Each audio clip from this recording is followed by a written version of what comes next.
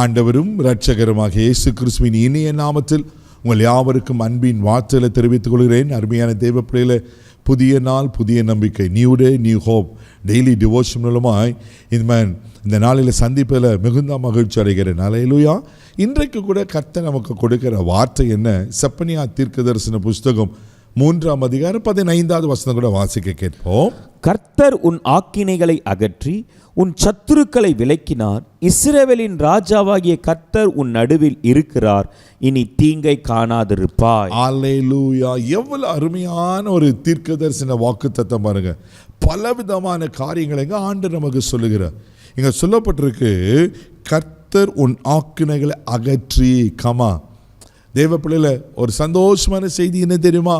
அவர் உங்கள் ஆக்கினைகளை, உங்களுக்கு விரோதமாக இந்த அக்கிரமங்கள், நீங்கள் கடந்த நாட்களில் செய்த அக்கிரமங்கள், உங்கள் மேலே இந்த நுகங்கள், உங்களுக்கு விரோதமாக இந்த காரியங்கள் எல்லாவற்றையும் அகற்றி, ரெண்டாவது உன் சத்துருக்களை விலக்கினார்.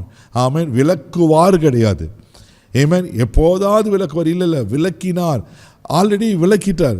பாஸ்டன்ஸ் முடிஞ்சிச்சு. தேவப்படையில் அவர் எப்போ சிலுவையில் தனக்காக நமக்காக ஜீவனை கொடுத்து ஆமென் சத்துருவின் தலையை நசுக்கி ஜெயத்தை எடுத்தினாரோ, அப்போவே நம்மளுக்கு விரோதமாக வந்த எல்லா சத்துருக்களையும் அவர் விலக்கிட்டார். அல்லேலூயா, அல்லேலூயா.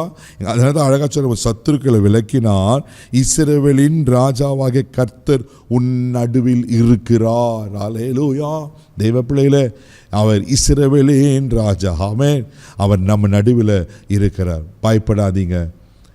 இந்த வருஷத்தில் ஆரம்ப நாட்களில் நிறைய வாக்குத்தத்தங்கள் ஆண்டவர் நம்ம கொடுத்துருக்கிறல.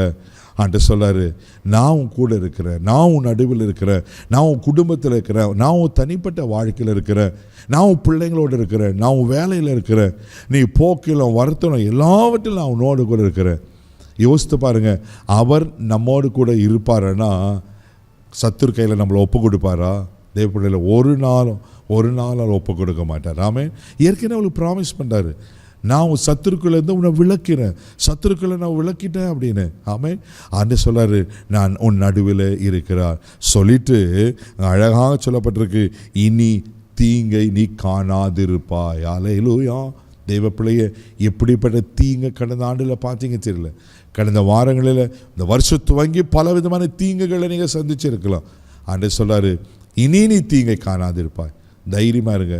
அவர்களை பாதுகாத்து, அவர்களை ஆசீர்வதித்து, எல்லா தீங்குக்கும் உங்களுக்கு விலக்கி காத்துக்கொள்வார். லேவியராகும் புஸ்தகம் 26ஆம் அதிகாரம் 12ஆம் வசனம் அழகாக சொல்லப்பட்டிருக்கோம், நான் உங்கள் நடுவில் உலாவி உங்கள் தேவனாக இருப்பேன் என்று. எவ்வளோ நல்ல ஆண்டவர்ல அவர் நம்ம நடுவில் இருக்கிறாரா? சங்கீதங்களின் புஸ்தகம் 46ஆம் சங்கீதம் 5ஆம் வசனம் வாசிங்கன்னா ரொம்ப அழகாக சங்கீதக்காரன் சொல்வார், தேவன் நம் நடுவில் இருக்கிறார், அது அசையாது. அதுக்கு முன்னாடி இருக்கிற வசனங்கள்லாம் வாசிங்கன்னா, பூமி நிலை மாறினாலும், மலைகள் நடு சமத்தில் சாய்ந்து போனாலும், ஜலங்கள் கொந்தளித்து பொங்கி நடு அதன் பெருக்கினால் பர்வதங்கள் அதிர்ந்தாலும் நாம் பயப்படும். ஆமென். தேவன் உங்கள் நடுவில் இருந்தால் என்ன மலையே வந்தால், சுனாமியே வந்தாலும், எர்த் குயிக்க வந்தாலும் உங்களை ஒன்றும் தொட முடியாது. கர்த்தர் உங்கள் நடுவில் இருக்கிறார், உங்களை பாதுகாப்பார். அவரும் சத்துருவை அகற்றிட்டாரு. இனி நீங்கள் தீங்க காண மாட்டீங்க. விசுவாசத்தோடுங்க.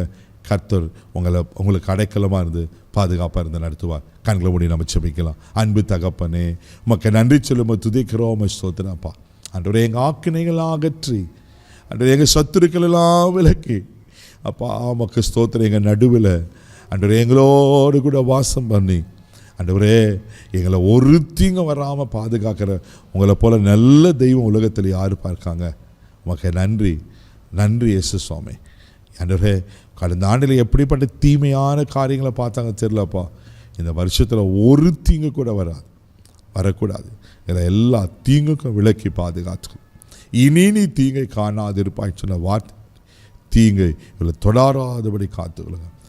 தெய்வீக பாதுகாப்பு ஒப்பு கொடுங்க. இது நாள் முழுதும் கரம் பிடித்து நடத்தும். இயேசுவின் மூலம் ஜெபம் கேளும் பிதாவே, ஆமென். நீங்கள் தீங்கை பார்க்க மாட்டீங்க. தைரியமாக போங்க. God bless you.